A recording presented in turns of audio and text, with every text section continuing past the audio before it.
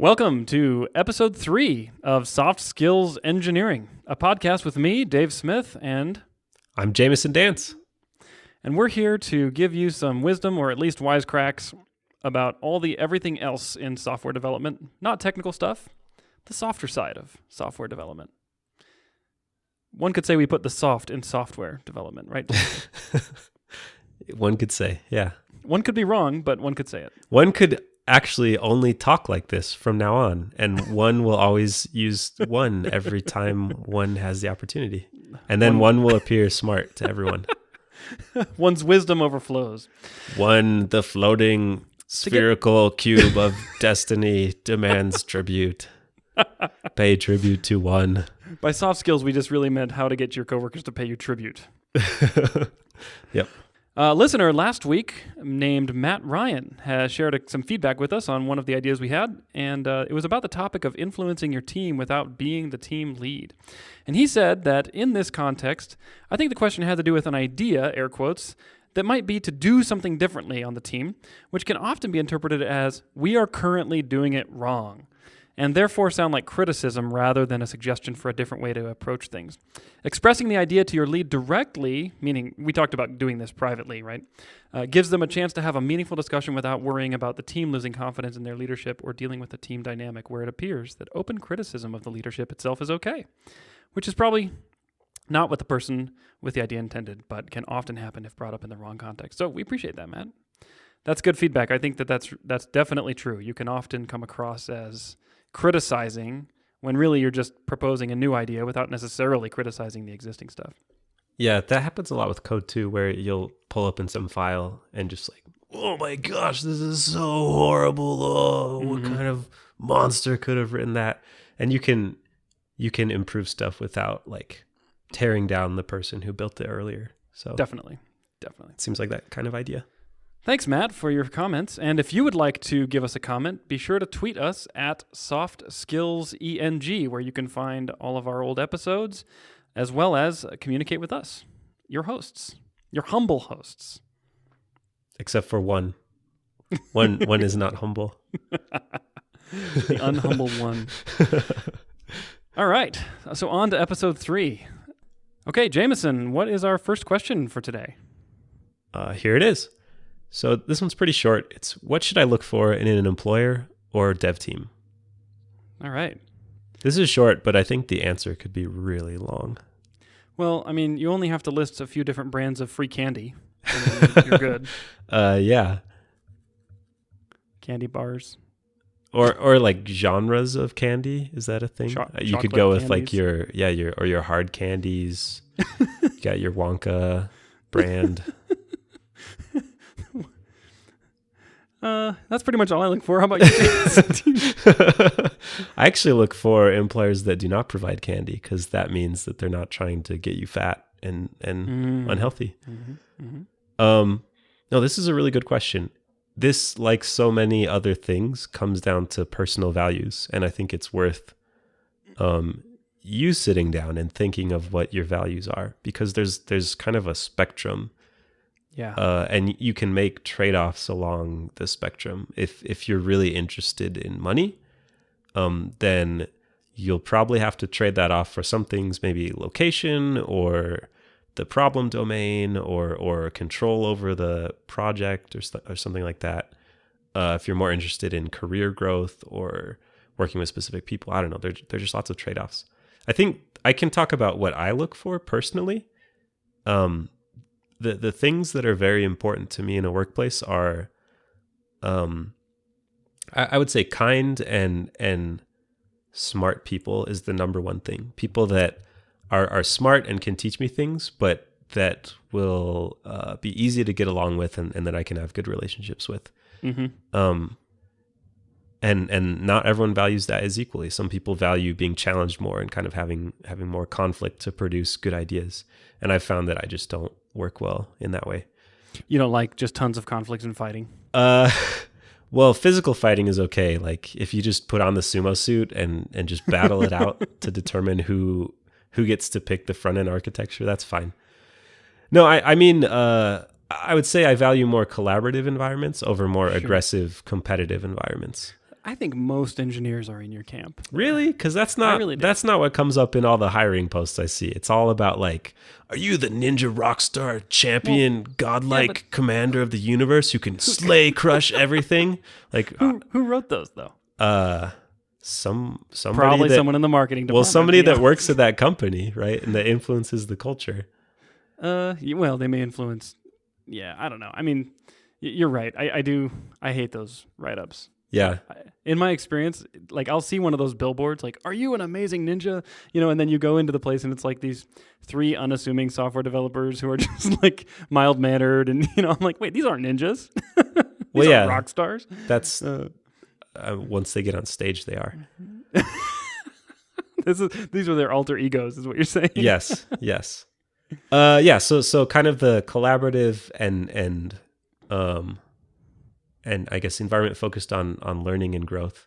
That's probably my number one thing that I look for. And then the rest is just, I think there are lots of signals that a company values engineering and will not be kind of a slave driver or just a kind of bad place to work for. So this is a tricky balance because you probably don't want to work for a company where the engineers are on this pedestal and everyone else kind of resents them because they get treated special. Yeah. But you do want to work somewhere that understands that software is different from an assembly line, and you can't just like make people work longer hours or yell at them to work faster or things like that. So some idea of software processes, some technical understanding. They don't have to all be technical people, but just that the culture is open to technical people doing good work. Yeah, so I have a list as well. Probably my top 3. When I talk on this topic, I like to go super broad and then really narrow in specific afterward. My broad top 3 big things are, and they actually come from my current boss, who's very wise and experienced. His name is Lauren Larson. And he says three things. Number 1, you'll be able to learn, which I think is on your list too, Jamison. Number 2, you're passionate about what the company does, their mission. And number 3, you'll be able to be on the cutting edge, changing the world in some way. I don't want to just work for like a Me Too shop that just does, you know, what someone else has already done well, and we're just going to do it again and try to take a slice of that pie, you know. So those are, I think, my top 3. When my boss vocalized those for me, I was like, yes, that's what I've been thinking for the last 10 years, but I've never really said it out loud like that. Sure. And then after I dig in on those 3 big things, those are usually pretty obvious, by the way. The much, much more subtle and hard to figure out stuff is basically all comes down to one question, which is how much dysfunction will this company have? And every company has a certain amount of dysfunction in my experience. And it's just a matter of figuring out, is it a tolerable dysfunction? Will you be able to influence the dysfunction and make it better? Or is it just awful, right? And I've got like a bazillion questions I ask to do that. But that's a really good point. I think a lot of people maybe suffer from grass is greener syndrome, where they know very clearly what's wrong at the place they work. Yeah. And they imagine a place that doesn't have those problems, and they forget that they're trading those problems for some other set of problems. So, yeah, can you talk a little bit about how you dig into the kinds of dysfunction that's there? Yeah, so one of the best ways to identify dysfunction is to talk to people in different roles at the company and ask them the same question and see if their answers align. So I usually talk to 3 different types of people, call them personas. One is obviously you'll meet the other software engineers who will be your peers. You'll meet their leadership, like maybe technical leads or maybe their managers, maybe like director level people. And then if you're lucky, you'll get to meet company leadership, like executives, VPs. Depending on the size of the company, it could be like a lower level manager, like a department manager. And I like to ask them some of the same questions. And the top one I ask is, how do you know what to work on each day? If that's what I ask the engineers. And I ask the management, how does your team know what to work on each day? And I love hearing the disparity between those things. You know, like if the manager describes a process or methodology that just totally does not agree with what the engineers say, then you know you've got some pretty serious dysfunction. Oh, we follow the 7th seal of the Agile Scrum Ban, minor chord methodology to the letter. We're very good at this. And then the engineer's like, I don't know, I just kind of like Google search our internal wiki or something. I work on whatever the support team tells me is the most pressing fire at the moment. Well, it depends on whether marketing or sales is tapping me on the shoulder that day. Yeah, exactly. That's a good evidence of dysfunction. Now, if you get a pretty consistent answer here, and that if they also identify where their processes are weak in the same ways, that's an excellent sign that your management and your engineers are all on the same page and they're working on fixing things and improving things. That's a huge point. We've been doing a lot of interviews lately, and several times candidates will ask, "What's the worst part about working here?" or "What's something that you need to improve?" And I feel like I try and answer that really honestly. And I think that's a good way. I mean, if they say there's nothing, then you know they're lying, and then just clueless. Yeah, that's true. Or maybe they just don't care. But that can be a good window. Maybe they came from a really crappy job and they're like, "This job's great." Well, I mean, I haven't been on fire yet, so things are relatively okay. All right, and so have you ever been at a place like doing an interview and you ask, "What's the worst part about working here?" and they just give some like really awful, embarrassing answer? I haven't, and that could be because maybe I've screened places that I interview at, or it could be because I'm just easily deceived, and they're like, "This guy, he'll just believe some fake answer I give him." But yeah, I think just asking that question, you'll get some information. It might not be what they tell you. You might get other information than what they say, but you'll get some idea. When I was on the answering end of that question for several years at my last company, I noticed that the interviewers would start settling into a routine because we started to expect that question. And so you never want to share the stuff that makes you really uncomfortable because a lot of times it's personal. So I've actually found that question to be not super effective in really disclosing, bad stuff. Because like, especially if it's a panel interview, if there's like 3 or 4 people and you ask them, "What do you not like about it?" Then they don't really want to say, "Well, it's actually the guy sitting right next to me that I hate." Like he's the bad part of this company. We don't do panel interviews, so I can freely badmouth everybody. Oh, that's great. That's great. No, I can talk about some of the things that, so I love the place I work, and I would recommend it to, I think they do a lot of things right.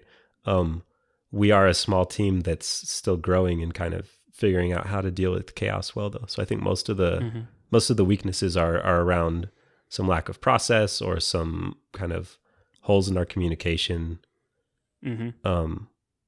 But I feel like I answered that question pretty honestly. I don't know. Yeah, that's cool. So another question I like to ask, not because there's a right answer, but because it always turns into some really interesting discussion, is, do you write unit tests? And I asked this to the engineers. This is another great one to ask the leadership. Do your engineers write unit tests? Anyway, and basically, I try not to make any conclusion on whether they say yes or no about the quality of the team, but it can turn into really good conversation. Like, you can talk about their philosophy on unit testing, like, see how much they've thought about it. You can figure out how expert they are with their tools. Am I going to learn from this team, or am I going to be the one that's going to be like, "Well, do you even know what a unit test is?" Yeah. You can also maybe find out how, I'd say, dogmatic they are. Because unit tests can be one of those things where you can just be frothing at the mouth in love with them. You can hate them. And I personally, I don't get along super well with really dogmatic teams. I tend towards the more pragmatic end. Not that unit tests are bad, but just that if the attitudes towards technology choices are like, there's one right way to do it and anyone that doesn't do this is wrong, then that might not work for me.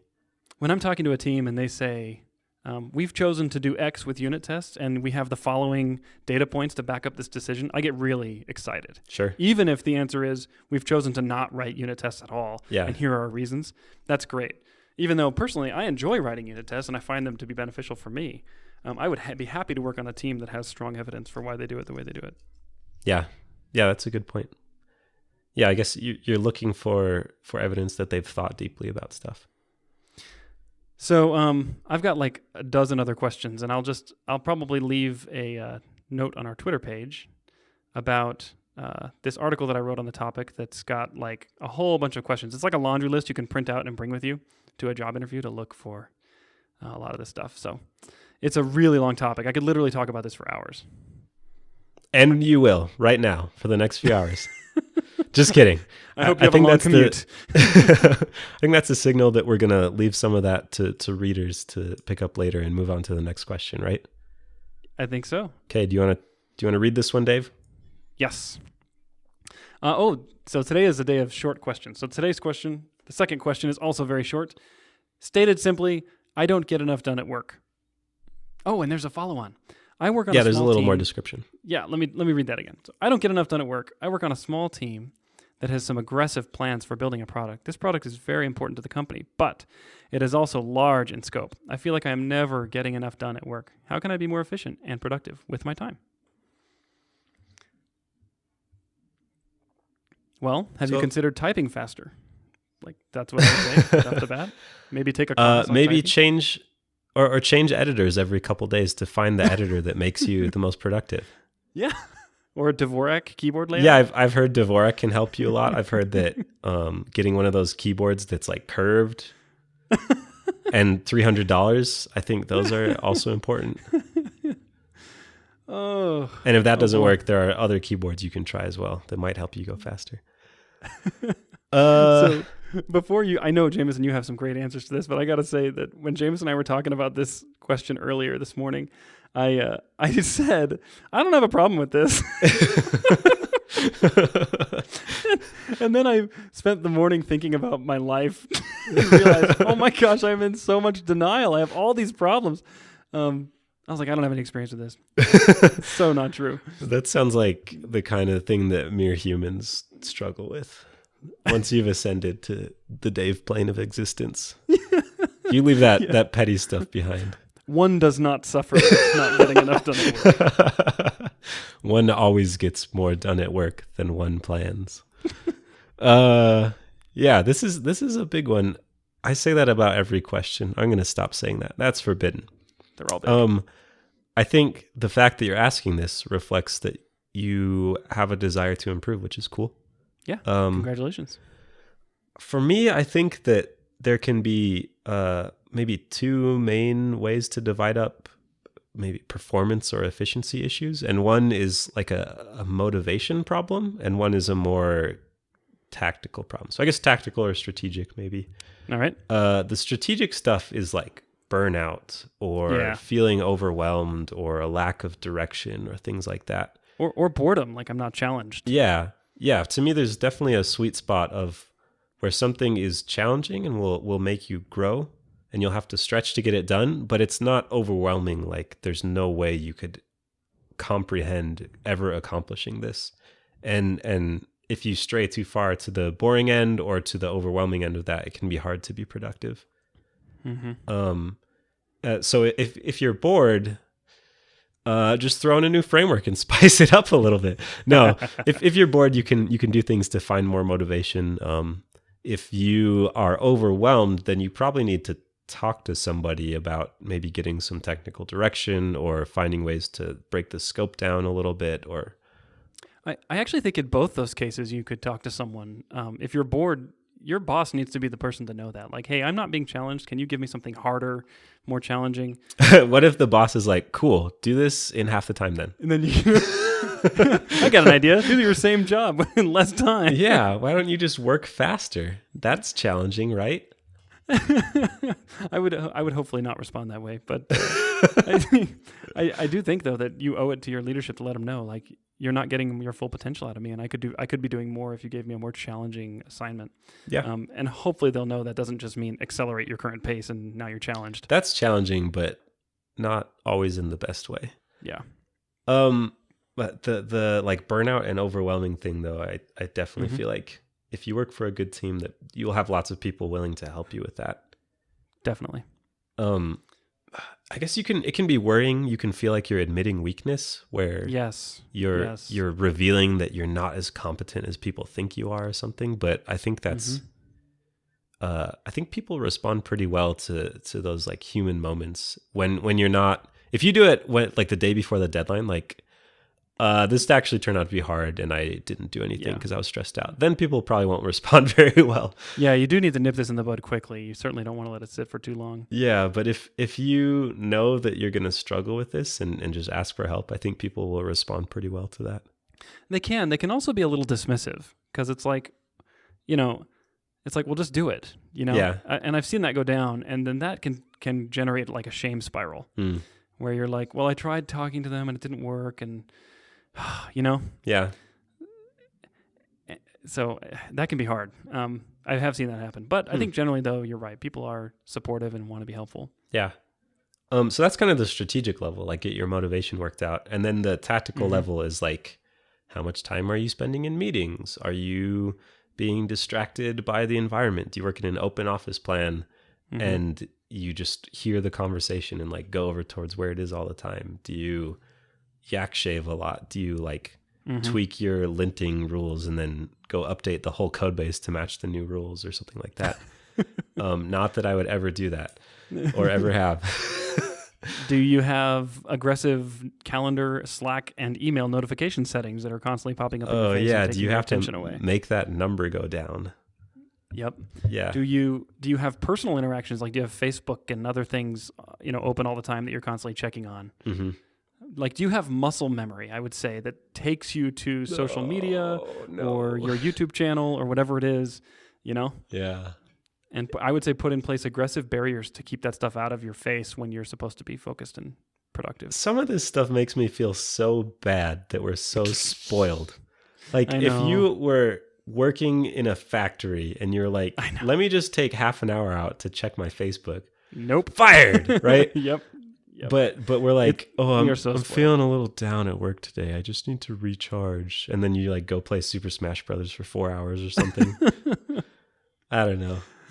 Yeah, we are spoiled. We live in just the golden age of privilege. It is incredible. Yeah. But don't go play Super Smash Brothers for 4 hours because that probably is not a good use of your time.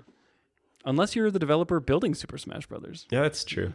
In which case, it'd probably be hard to be pretty productive. Actually, no, I want to, I want to push back on the thing I just said. Because there's the whole idea of like the shower epiphany, right? Where doing something else besides just sitting and staring at your computer can often help solve a tricky problem that you're stuck on. I have found that for me, playing video games just turns my brain off completely, including the subconscious part that's supposed to be stimulated. Okay. I'm sure for some people that works fine. So it only happens in the shower. Yeah, literally go take a shower. Okay. Which is why you have a cubicle/shower. So I have a funny story about this. Not about showers. When I first got out of college, for the first 7 or 8 years actually out of college, I was working in programming jobs where I literally was required to track my time to the 6-minute interval. And we had to put in like a timesheet. Tenths of an hour? Yes, 1/10 of an hour. Okay. That's why 6. Every day we had to fill out the sheet to say what projects did you work on, how many hours did you work on it. And it was the kind of job where you had to hit this certain number. It was 40 hours of time every week. It's because we were contractors. And so we were all very cognizant of the time we were spending on things that were not like obviously billable work. And as a result of those 7 or 8 years in this practice, I got pretty good at not being distracted at work. Like I was pretty much focused because I had this countdown going, and I thought to myself, as soon as I hit 40, I can go home. I'm out of here. And so I left early on Fridays a lot and stuff like that. But anyway, I think that really helped, like being able to track that. And so I hated it. I absolutely hated tracking my time like that. But I think at the same time, it developed a sense of work when you're at work, play when you're not at work in my own mind. If you have never tracked where each minute goes in a workday, you should try it at least once because it is revelatory. It is, and I've got this tool called Rescue Time. Yeah, have you heard of this? I was just going to say Rescue Time. Are you a user of Rescue Time? I have used it, and then I stopped because it made me feel bad. Depressing. Yeah. Well, I've been using it for a couple of years now, and what it does is it runs on your Mac, and it tracks your windows, like what application is in the forefront and the window title. So if you're like on a web page, it knows what page you're on. If you're like using a terminal, it knows you're doing that, and you can categorize how your time is spent. And I was amazed at how many hours I spent every week on my laptop. you know? I mean, it was a lot. Mm-hmm. And that it doesn't even count time spent on my phone, which I also spent a lot of time Mm-hmm. doing. But the other really insightful thing is it told me like, all right, you spent like 5 hours watching Netflix this week. Like that's ridiculous to me. Like that for me, that was just like, oh my gosh, that's so much time. Yeah. But it also tells you like you spent this much time in Vim and this much time on your web app that you're building. And that all counts as like development time. And that was really cool to keep track of. So Yeah. I highly recommend it. Yep. So that's kind of the broad level. What are you focusing on? What are you spending your time on? And then there might be one more level to that, which is, how important are the things you're focusing your time on? Because you Yeah. can be in Vim all Yeah. day and Yep. get a lot of stuff done and have it not be useful at all for the product. Absolutely. So how do you deal with that problem to make sure? So say you're working hard, you're not really distracted, you're motivated. How do you make sure that you're working on the things that will push the product forward the most, or whatever your development goal is? I don't do that. I just do linter stuff. Okay. Chief linting officer. My code base is literally nothing more than ESLint RC files. Just a and bunch of examples dot of files. violations. Oh man. This really gets at the crux of it, though. Your question. This is really hard to answer, and for me and my teams, an effective daily stand-up meeting is how I do that. Because I found that talking to the rest of the team and reminding each other about what we're supposed to be working on and what's most important, that is how I do it. I've never been able to really do it on my own and keep track of it. And I've never been in a place where I've needed to, like in a freelance job or like, you know, self-employed. Mm-hmm. Yeah,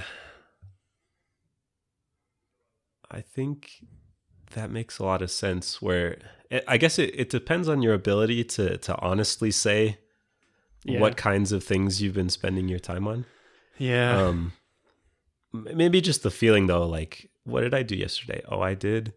And then you like shudder a little bit because you realize that you didn't get anything useful done. Maybe that's the thing you need to respond to rather than telling the team, I got nothing done. I don't know.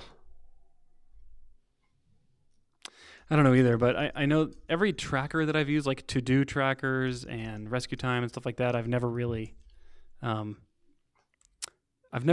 one that says, help me keep track of my to-do list and also help me mark like the importance level of the things I need to do. Yeah. Which I think would be really cool. A thing that I started doing a few months ago was keeping a developer diary where it's where I write down just those random technical things that you learn, like, oh, here's how you do this weird thing in SAS that I had to Google. But it's also it's turned into a way to plan out my day. Or when I start up my workday, I pull open the diary, type in, here's the stuff I want to get done, and then I type in all my notes and stuff. And then at the end of the day, I look back at it and look at what I got done. And sometimes there's a legitimate reason, like, oh, there's a fire in prod or this new feature request came up. But that's really helpful for me to try and keep myself on track when I do that well. One of the things that some of my team members have done is they'll send me like a weekly email just as their manager. They'll say, hey, I want to send you a weekly email and just say some of my accomplishments. And that gives them a chance to reflect, like you're saying, and be accountable too, because they'll say things like, next week I want to achieve X, you know, and they'll write that down out loud, and I'll read it and respond every week like, hey, great job, you know, I saw this and that, and have you looked into this? And I try to be engaged with them so that they feel like it's a dialogue and that they're actually being accountable instead of just like doing almost like rubber ducky status reports, you know, like you've heard of rubber ducky debugging. I think that can be pretty helpful too. But again, it's deeply personal. Yep. Right? Like different people will have very different styles that work for them. Yeah, but it seems like the broad messages are take care of your motivation, make sure that you're not wasting time, and then have some way of checking up on your progress, I guess, on things that you want to accomplish. Is that a good way to summarize it, do you think? I think so. Cool. And then I wanted to go back just a little bit to the tactical thing, because I have had a friend of mine, you know, he was really struggling with this. This has been a couple of years. And he said, you know, what am I doing wrong? I just can't get anything done. I'm constantly working on like non-work stuff at work. And I said, well, tell me about your environment. And sure enough, he had all these like alerts set up to be notified when things happen in his personal life, messages from friends, from family. And, you know, even just like open source projects that he was participating in, Those notifications were coming in real time. And so basically he showed up at work and surrounded himself with non-work distractions and then spent the whole day being distracted and then at the end of the day feeling frustrated with himself. And so his solution, I think, was really tactical. It was, look, just shut all that stuff down and have a clear separation of personal and work, at least for a good chunk of the day, if not the whole day while you're at work, and then set aside time to make those things happen so you don't, because that's important to a lot of people and they want to participate in that. Maybe it's a lunch hour, maybe it's evenings, maybe it's mornings. But his solution, I think, was really tactical, and I think we could all do with that. It's nice to just once in a while step back and say, all right, what's all the crap that's getting in my face every day? Yeah. Yeah. Cool. Well, we have answered the question. Oh, yeah. Now you will get enough done at work. Yeah. Having just listened to this episode, you will be fine. But do not listen to this episode at work instead of getting stuff done. You've only fallen further behind. Oh, no. Great. Well, I think that about wraps up the episode. Where can people find out more about our show? They can follow the Twitter account at SoftSkillsENG. That's where we'll post announcements about the show. We'll have links on there to all the different places where you can listen.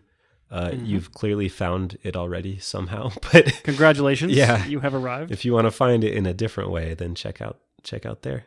And then if you have questions that you want us to answer on the show, you can send them to us there. We'll open up the DMs so anyone can DM us if you don't want it to be public. Yeah, absolutely. And then we'll make sure to respect your privacy and not shout your name out loud to our literally millions of listeners. Literally millions times 10 to the negative 7th power. Yes. Now we should take the next 30 minutes for our sponsors. Oh, wait. We don't have any sponsors. Shout out to my parents for sponsoring my life for the Powder first McBiscuits. few years. Yeah. Great. I think that means we're done. All right. We'll catch you next week. Thank you. Bye, everyone. See ya.